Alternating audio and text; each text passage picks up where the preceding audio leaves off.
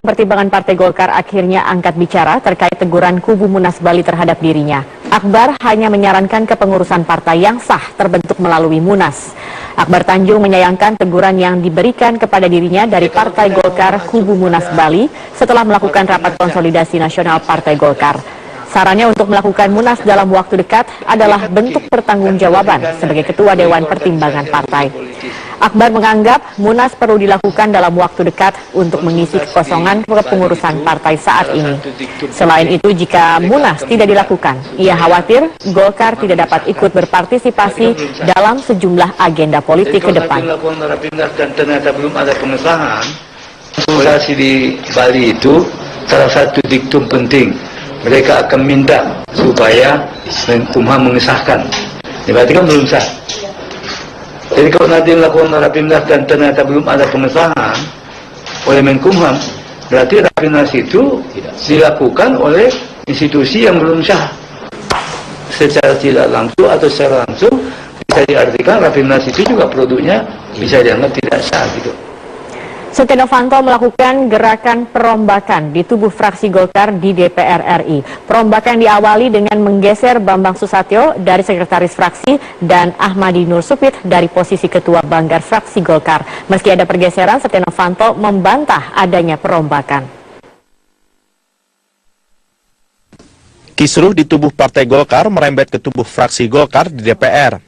Pasca mundurnya Setia Novanto sebagai Ketua DPR, Ketua Umum Partai Golkar versi Munas Bali, Abu Rizal Bakri, malah memberikan posisi strategis sebagai Ketua Fraksi. Belum lama menjabat sebagai Ketua Fraksi, Setia Novanto langsung melakukan gerakan pergeseran. Novanto dilaporkan mencopot Sekretaris Fraksi, Bambang Susatyo, dari jabatannya, dan digantikan dengan Ketua Komisi 3 DPR, Aziz Samsudin. Selain itu, Setia juga mengganti jabatan Ketua Banggar fraksi Golkar, Ahmadi Nur Supit, dengan anggota Mahkamah Kehormatan Dewan, Kahar Muzakir. Pergantian tersebut menimbulkan reaksi negatif dari kalangan fraksi Golkar. Ahmadi Nur Supit menyayangkan Abu Rizal Bakri dan Novanto yang menghasilkan keputusan sepihak.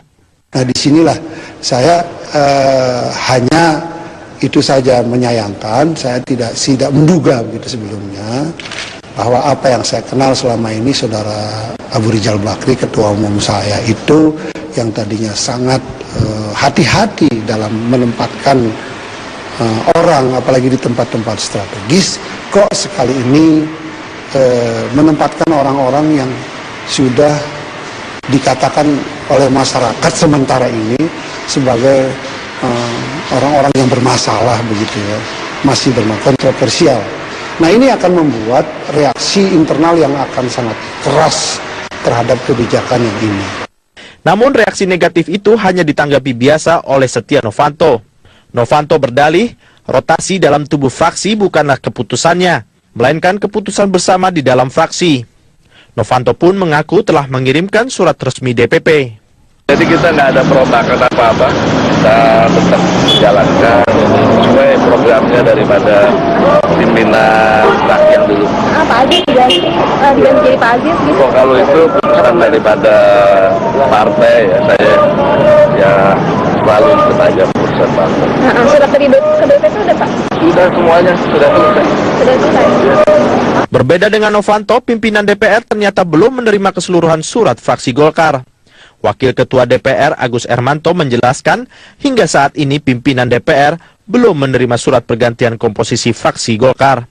Surat yang ada hanyalah pergantian antara Ade Komarudin dan Setia Novanto. Ya, sekretariat juga belum melaporkan, di meja saya juga belum ada surat yang dimaksud tersebut.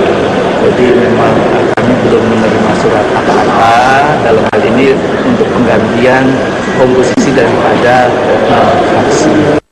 Sepak terjang Setia Novanto sebagai Ketua Fraksi Golkar di DPR seakan membuka peluang menambah kekisruhan Partai Golkar. Ketidakjelasan pengurus partai membuat kegamangan di dalam fraksi Golkar di DPR. Jika hal ini terus berlanjut, maka tidak mustahil Partai Golkar akan ditinggalkan konstituennya. Dari Jakarta, Tim Liputan Metro TV.